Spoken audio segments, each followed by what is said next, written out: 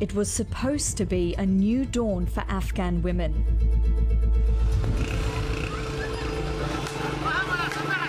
After years of being terrorized by the Taliban, they celebrated when the US overthrew the brutal regime. We will not tire, we will not falter, and we will not fail. But after 18 years and tens of thousands of casualties, the war rages on. And the Taliban insurgency is stronger than ever. The American people are weary of war without victory. Desperate to withdraw its troops, the US is now negotiating a peace deal that could see the group return to power, along with its violent repression of women. As the people who have signed the death sentence of many women, I have no expectations of the Taliban.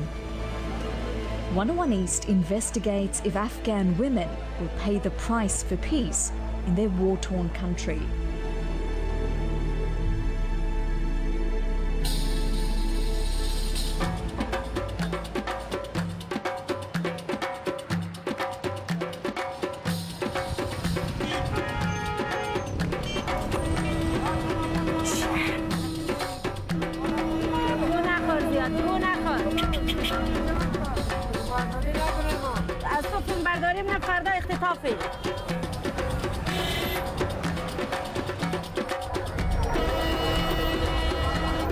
Driving with Laila Haidari through Kabul's traffic can be stressful.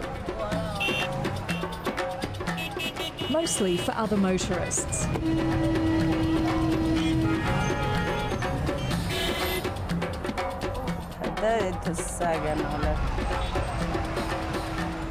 Her methods aren't exactly legal, but then this is a war zone.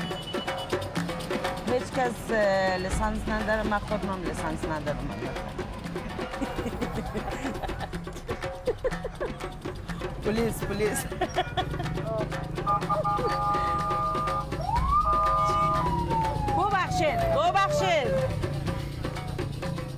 Out on these congested roads, Laila never fails to cause a scene. It might be the cursing. Or it might be that you rarely see a woman driving here, especially one without a headscarf. How do people react when they see you driving?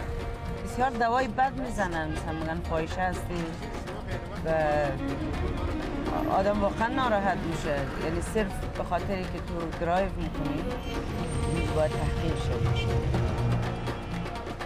But when it comes to a fight, Laila is not one to back down. To her, driving isn't just a convenience. In Afghanistan, it's an act of defiance. جنگل اینجا جنگل. گفتم در بین گورگ‌ها وقتی زندگی کردی گورگ میشی دیگه ما در بین قانون شکن‌ها زندگی میکنیم دیگه ما قانون شکنی میکنیم. But it's not just these streets that have made Laila tough. For 10 years, she has worked on the front lines of an epidemic that few are bold enough to take on. We're driving around looking for drug addicts on the streets of Kabul so that Laila can take them back to a rehab centre. It's pretty dangerous work, but she does it all the time.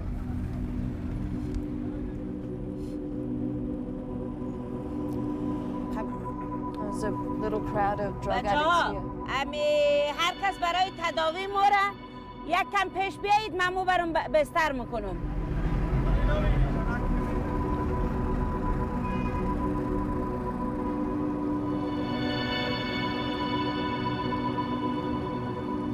Under a bridge in broad daylight, we spot dozens of users. خب اینجا که خیلی پایین برای شما خطرناک هستن ما پایین ماروم و شما هم اینجا تصویر بگیرید. Okay.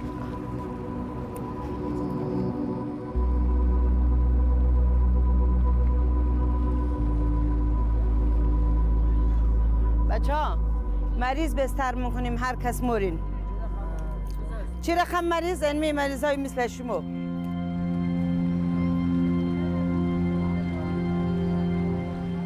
One of the men sees us filming and starts throwing rocks. But Laila pushes on.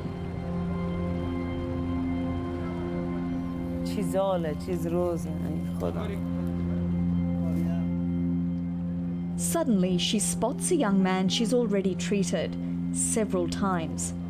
تو یعنی مصرف کن، تو مصرف کن تا زمان برگم شو گفتم تو آدم نموشی. This work is not for the meek, but in Afghanistan, a woman doing this job is so offensive to some that people have attempted to kill her. She had to fight off two men who broke into her home and tried to strangle her in her sleep. Another time, she was attacked in what she thought was a taxi. The people in the back pulled the scarf around my neck and strangled me. I thought I was finished. The driver took a weapon from the glove compartment and said, "If you don't stop your work, it's this easy for us to kill you." But Laila didn't stop. In fact, she doubled down. Society expects me to stay at home, have children, be a good host, and no man should hear my voice. I have just one life, and I don't want to live the way society wants. It's a choice she wouldn't have had 18 years ago when the Taliban ruled Afghanistan. Under its regime, women were not seen or heard. They were forced to wear the burqa and were banned from schools and jobs. And if they broke these rules, they were flogged and sometimes executed. We've gambled with our lives minute by minute. Why? Because we want women to have a place in society. To show me how much things have changed, Laila and her friends take me to a place so taboo, it was completely banned by the Taliban. It's a bowling alley. Not exactly the hotbed of vice I was expecting. But not that long ago, all of us would have been publicly flogged just for being here. Could you do something like this 18 years ago in Kabul? جرأتش نبود، ما نمیتونستیم که حالی که میاییم بیرون جمع‌هایی دور هم ششتن ها نبود، نحوه پوشش ما حتی تغییر کرده، یعنی وقت ما حتی نمیتونستیم شاید به قسم بگردیم. And they tell me that's not the only change. حضور زنان در جامعه، در دفاتر دولتی و غیر دولتی خیلی زیاد افزایش یافته. حضور زنها در دانشگاه‌ها و اینکه زنها دارن الان بیزینس میکنن و کار میکنن، مستقل هستن. But now, women fear that these freedoms may not last for much longer. Rumours are rife that the Taliban could come back into government as part of a deal negotiated with the US. What would the Taliban think of you guys, Laila? مور اگر گیرش به یک مکشه دیگه این مگه سروز زیاره سعی کار زیاره سعی جامعه. As an Afghan, I'm shocked. The Americans introduced democracy, human rights, women's rights to us, and encouraged us to defend them. But they're telling us that now the Taliban is legit? How has the Taliban changed? Was all this talk of human rights, women's rights, democracy, was it just a game? Laila is not the only one outraged by these peace talks. Under the hashtag #MyRedLine, women are taking to social media to defend their rights. من به عنوان یک زن افغان خط سرخمه‌ای هست که تحت هر شرایطی بتونم خودم درایو. من یک خبرنگار هستم. من یک خبرنگار خواهم بود. خط سرخ من قلم و آزادی بیان من است. There are athletes, musicians, mothers, all coming together to make it clear that their freedom isn't up for negotiation. But in a country so scarred by war, are women's rights a luxury that only urban, affluent Afghans can afford to care about? برابری جنسیتی خط سرخ من است. To find out, I head to the northern province of Balkh. Ladies and gentlemen, welcome to Mazar Sharif City with the local time, and here is 11:50 in the morning and the temperature. Mazar-e-Sharif is a much smaller, much more conservative city than Kabul. There are definitely no bowling alleys here, and in public at least, many women still wear the burqa.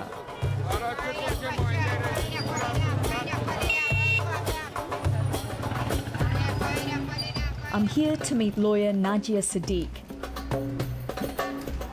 But catching her isn't easy.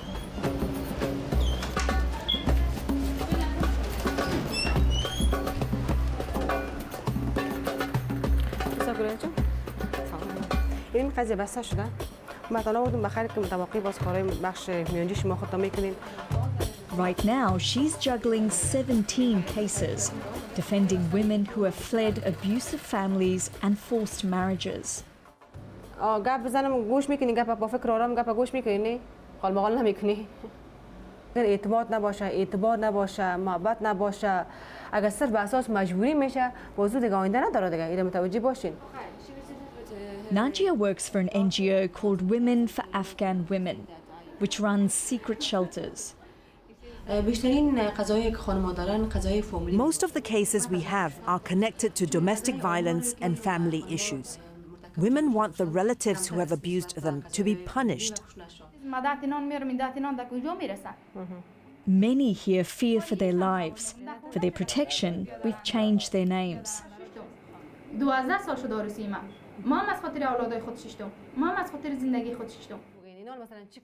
Today, Najia is meeting with her client Fatima and her husband.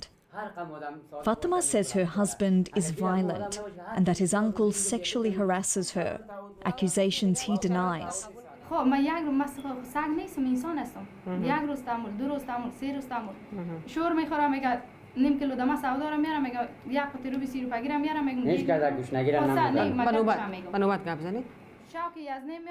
Fatima has tried to leave him before. از دن خودی مادرش برآمد که نمیم شب تو صبح نمی آمدی. یونس میگه که من یک متنفر جمع میکنم میرم در سر خانه خوبرش دراروی از یا باشه خوبرش بی‌ناموسی میکنم زن چم میکنم. نمیکنی؟ من دیگه نمیرم. خب. مگر مردم میره زندگی. Despite Najia's best efforts, this meeting is going nowhere. لیک موضوع گپ نیست. نه، کس دفتر زندانی نمیشه. کدام عمل بعد میموت وقت داریم. من یه لکنی نیستم. مرد سر زن حاکم است. زن سر مرد حاکم نیست. خیر بینی، گپ گوش کن. ایو با گفتم، این گپ نظر مثلا مثال مرد سر زن حاکم است، زن سر حاکم نیست. نه مثالش نمیدونم. اینا موضوع جداست. ها اینا سعی کن. اینا تو از خود حقوق داری، واجبه داری. Fatima's husband says he will never agree to a separation. She'll have to take him to court.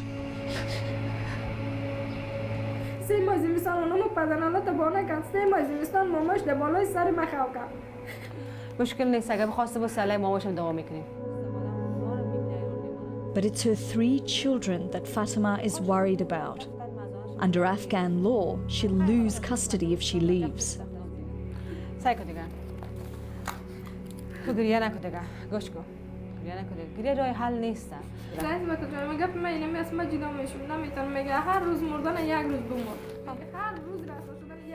Najia knows her client is in a desperate situation. She also knows it could be much worse. These women that we help now as defense attorneys, they would never have been able to raise their voice under the Taliban. Najia says she'll never forget what life was like under their brutal regime. She was only 12 when Taliban fighters seized her city. We weren't allowed to go outside without a male guardian. Girls aged from 12 or 13 had to wear the burqa. School and college was forbidden for girls. Under the Taliban, we were in complete darkness. We didn't know about women's rights, that they could separate from their husbands or punish the people who were violent towards them. Aileen, mother John. Aileen,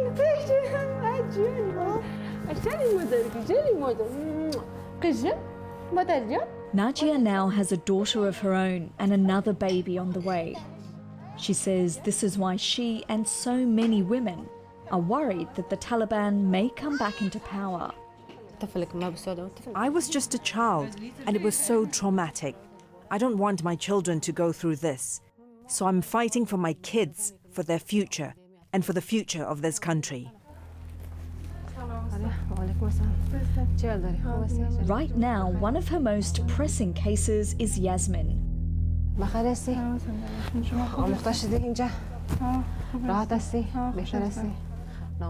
She has run away from her father and a forced marriage. It's up to Najia now to protect her using the law. He cocked his gun and put it against my head and said, "Why don't you want to marry him? You have to marry him." There were tiles on the kitchen floor. He grabbed me by the hair and banged my head against the floor again and again. Then he locked me in, and my older brother came. He hit me in the eye, and it became swollen. Then he punched me in my mouth and broke 6 of my teeth. They were in pieces. Najia says Yasmin is fortunate that she could reach the shelter. That's not always possible. In areas controlled by the Taliban, are you able to help women who are maybe suffering from violence? That we cannot help them because we don't know about the violence there, what's going on there. It looks like everything is okay there. It looks like this because the woman doesn't have any right, don't have any right to raise their voice. So if you don't hear something, so how can you help someone? Today, roughly half of Afghanistan is under the Taliban's control. We don't know how they're treating women in these areas because it's too dangerous for us to go. But a confidential source close to the Taliban said he could help us investigate. After days of careful planning, he was able to film this extraordinary footage and smuggle it to us through government checkpoints. It's from a district in Ghazni province, which fell to the Taliban years ago.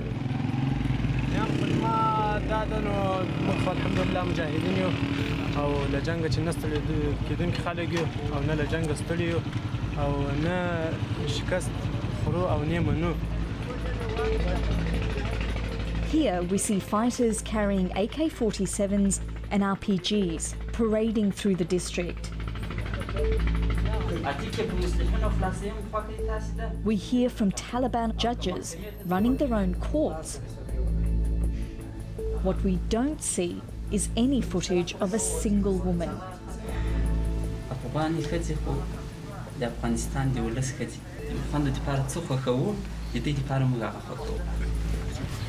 Their spokesman Mansour Ghaznavi tells us that girls in the area are allowed to go to school. We do have female madrasas in our district, but they have to wear the hijab. Even in the future, when we're in government, we'll allow them to go to school according to Sharia law. This might sound like progress until you dig a little deeper. Sharia law only allows women to wear the full hijab and to always be accompanied by a male relative. Because in the Quran it says that women should stay at home, and if they have to go out, they should be with a male relative. Our contact presses him to be more specific, asking, will women have the right to work, study and marry whoever they want? I can't answer this question. But we track down a young woman who can answer. My area is totally controlled by the Taliban. They forced young girls into marriage. They burnt down the school.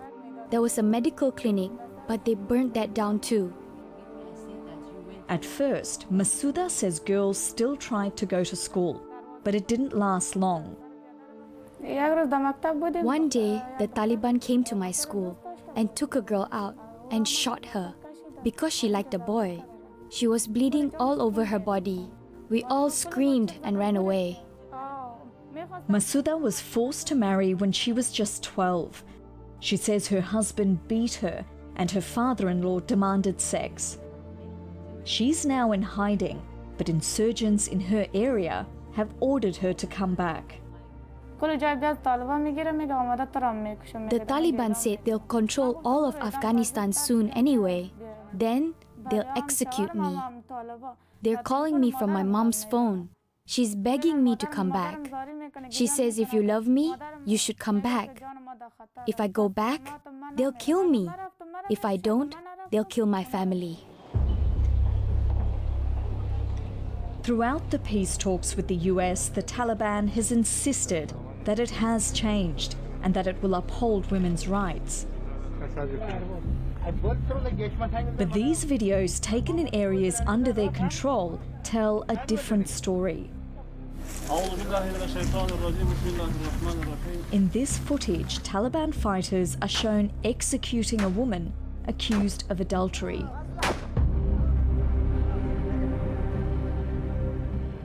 These women were gunned down in the dead of night on a dirt road because the Taliban thought they were prostitutes.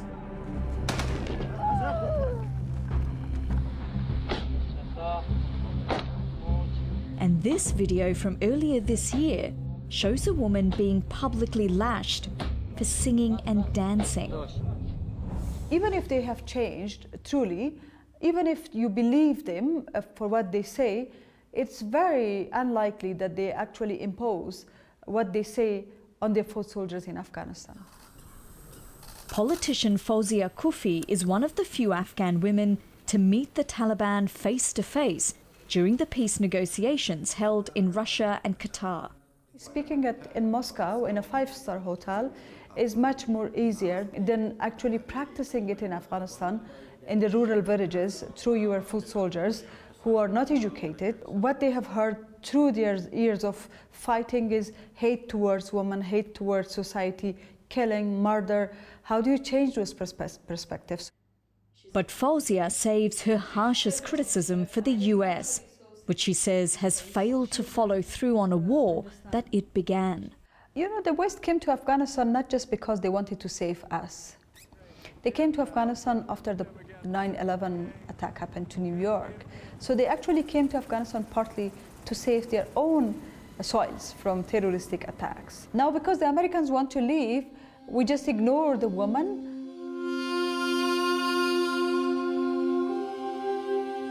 It's a question only the US government can answer, and they did not agree to speak to us. What is clear is that after the death of tens of thousands of people, many view a peace deal with the Taliban as a stunning betrayal. All those American and NATO soldiers who've been killed, they weren't fighting me. I didn't kill them. They were fighting the Taliban, the same Taliban that you're now going to bring back into power. Laila says the fate of her country and its women has never been more uncertain. But she also has a warning for the West. If American politicians can play with the future of Afghan women like this, then they can make the same deal for their own women. It's possible. So American women need to stay vigilant, because their politicians can trade away their freedom too. On my last day with her, Laila takes me to a place she often visits on the outskirts of Kabul. معمولا خلوت هست و کسی نیه و خانم ها یک مقدار اینجا آزادتر هستن، کسی نیه که آزار بده و احساس میکنیم که اینجا حداقل جاییه که میشه نفس کشید. She says, like most Afghans, she's desperate for peace, but not at any cost. I don't want my children to ask me, what did you do when the Taliban came? I can't tell them that I ran away. This is not peace. Not for me, or for any woman.